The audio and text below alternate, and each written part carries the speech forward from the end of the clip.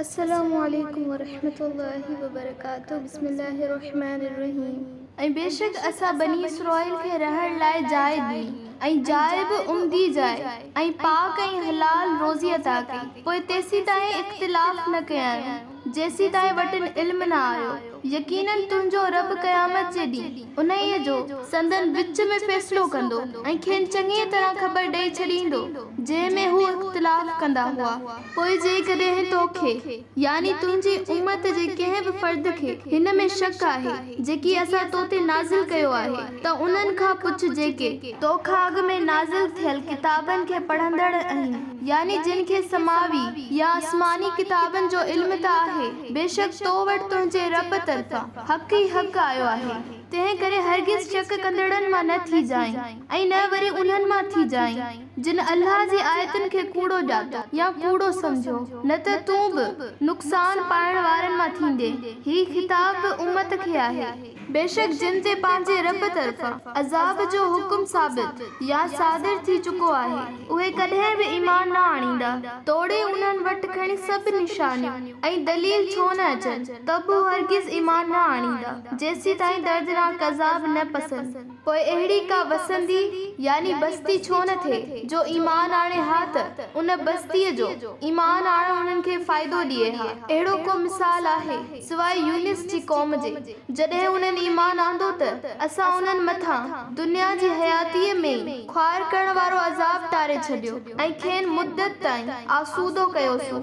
ऐं ए मोहम्मद सल्लल्लाहु अलैहि वसल्लम जेकॾहिं तुंहिंजो रब घुरे हा त जेके माण्हू ऐं जिन्न रोए ज़मीन ते आहिनि से सभु ईमान आणीनि हा ऐं दुनिया में एतिक़ाद ऐं अमल जो इख्तिलाफ़ ई न रहे हा। लेकिन इंसान जी तबियत में ज़अफ़ ऐं फितरत में इख्तिलाफ़ जो अंसर आहे ऐं इंसान खे क़ुव्वत इरादे सम्झ ऐं अक़ल जी अता थियण ऐं बुरे भले जी तमीज़ इनायत थियण ऐं इख्तियार इस्तेमाल करण जी इजाज़त खां पोइ तुंहिंजे रब जी इहा मशीयत न आहे त हू जबरन कंहिंखे हिदायत ते मजबूर करे। तंहिं करे छा तूं माण्हुनि खे मजबूर यानी ज़ोर ऐं ज़बरदस्ती कंदे त उहे ईमान आणी।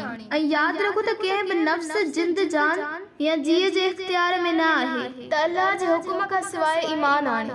ऐं इहा तौफ़ीक़ रब सिर्फ़ उन्हनि खे ॾिए थो जेके अल्लाह जे तरफ़ माइल आहिनि ऐं संदन कानून जे अंदरि रहनि था ऐं संदन मुक़रर कयल हदुनि खे नथा उरहांगीनि। न इहे मुक़रर कानून खां पाण खे छुड़वाग सम्झी जेकी वणेनि सो कनि था ऐं अकुल खां कम नथा वठनि त अल्लाह उन्हनि ते कुफ्र जी पलीती या गंदगी वेझे छॾे ॾींदो आहे। ए पैगंबर सल्लल्लाहु अलैहि वसल्लम उन हक़ जे मुनकरनि खे चओ त आसमाननि ऐं ज़मीन में जेकी कुझु आहे तंहिंखे अखियूं खोले ॾिसो ऐं जेके माण्हू ईमान आणण ई नथा चाहिनि तिन खे न अल्लाह जूं हेतिरियूं गुनाहूं ऐं बेशुमार निशानियूं ऐं न ढिॾारण या तनबिया करण को फ़ाइदो पहुचाईंदो। पोइ छा उहे बि अहिड़नि बुरनि या अज़ाब इलाहीअ जे ॾींहं जे इंतज़ार में आहिनि जेके खाइनि अॻिन ते थी गुज़रिया आहिनि। ए मोहम्मद सल्लल्लाहु अलैहि वसल्लम खेनि चओ त पोइ तव्हीं बि इंतज़ार करियो ऐं बेशक आऊं बि तव्हां सां गॾु इंतज़ार कंदड़नि मां आहियां। पोइ जॾहिं अज़ाब जो वक़्तु अची वेंदो आहे त असीं पंहिंजे पैगंबरनि खे ऐं जिन ईमान आंदो आहे तिन खे बचाए वठंदा आहियूं।